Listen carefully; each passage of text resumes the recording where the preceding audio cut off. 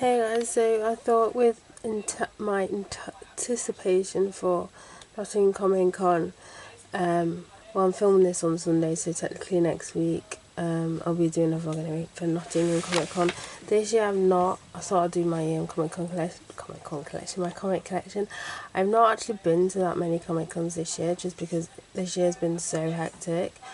I swear it'll only be 2 I've been to this year, because in the end I didn't go to Birmingham Comic Con. I think the one that they have in the winter's already passed, or it's going to pass. I went to Manchester. I swear it's only been 2. Yeah, it'll be 2 in it.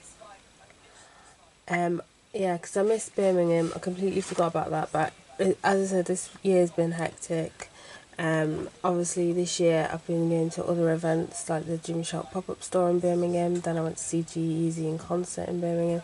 It's been, a little bit hectic. So anyway, I do recommend, I always say this and I'll probably say it in the vlog, that you need to go to Nottingham Comic Con. A lot of Comic Cons now are literally movie based, with celebrities and stuff like that. But if you want like raw, literally comics, like a lot of comic illustrators and writers, then I definitely recommend Nottingham Comic Con. Really do. I remember when I first went there and I was like, this I actually like. Anyway, I'm not saying I didn't like the other Comic Cons, but this was like a proper like raw, look.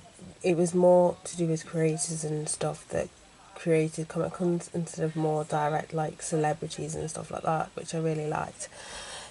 So anyway, so I keep my comics in this bottom shelf. It's not a lot, like a lot of comics, because I don't buy separate issues. I tend to just buy them with all the issues in. I do have a few separate ones which I picked up at Comic Cons. Also, it doesn't take over the full shelf because I have other books here, which if you want me to do if I've not done one already, a book collection, then let me know. But these are just my comics which span from here to here, so it's not that many, so I won't go into great detail because there's still a bit, but I'll just show you anyway. So first one here I have is Deadpool Kills the Marvel Universe. I know they did a second one of that, but I've not read that yet. I have Civil War. I have Deadpool Millionaire Without a Mouth.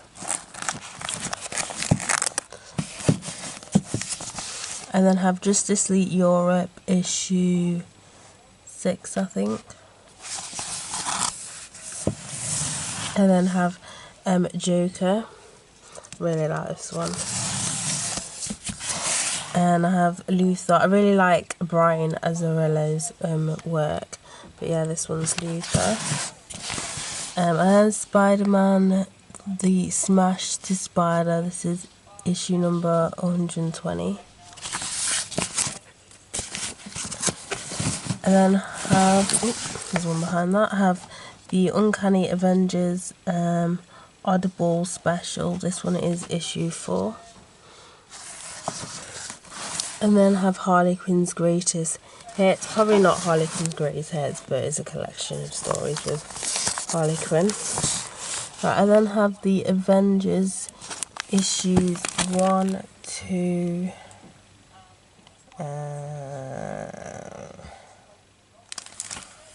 I think there's 3 in here, 5. I think it's issues 1 to 5. It's all in this paper thing. I then have Hulk Psych Out. I've got a feeling these are all going to start falling. I then have this one here. So this is the... I knew what was going to happen. This is the Watchmen by Alan Moore. Really like Watchmen. I've got the DVD that sits with it as well. And then I also have, behind it, I have Before the Watchmen issue 1, and then Before the Watchmen issue 2. I then have The Mighty World of Marvel And this one is issue 56. I then have Infinity Volume 1. I then have Deadpool's Bestest Battles. Again, probably not the bestest. I got that from Sainsbury's. I just saw it say, I was like, okay, why not? This one is Deadpool Kills the Marvel Universe. This one's the second one, I think. This is issue 3. I then have Vote Loki's issues 1 to 4. Let me just quickly show you this thing as well. This came in Elite Box, but it's Captain America's shield. This is pretty cool. I'll move that aside because it's going to get knocked over.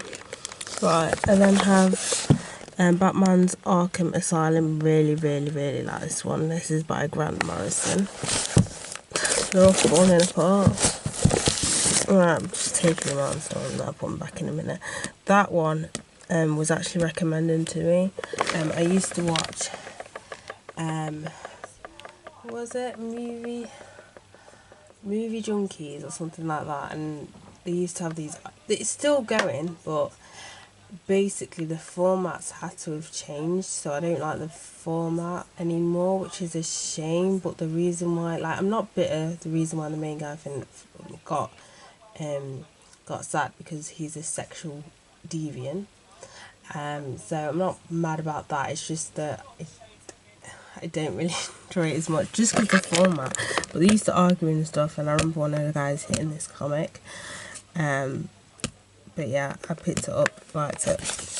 And then I have a set of these.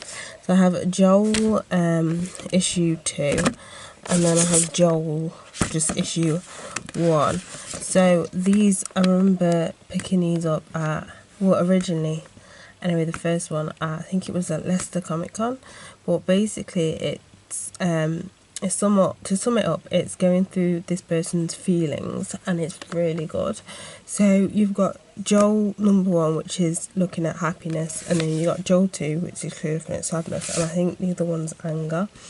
I think there's only 3, but they are really good. Like, the illustrations are really good and everything. So I think the first one's signed, I think. Yeah. There's that. And have The Rabbit by Rachel Smith. Again, this is a really good one. It's strange, but it's a good one.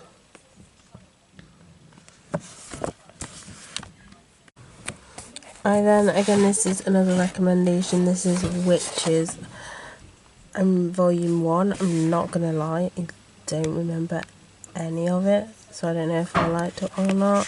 I remember the whole presence of it, but I can't remember if I actually enjoyed it or not. I then have Batman All-Star. This one is issue 7, I think.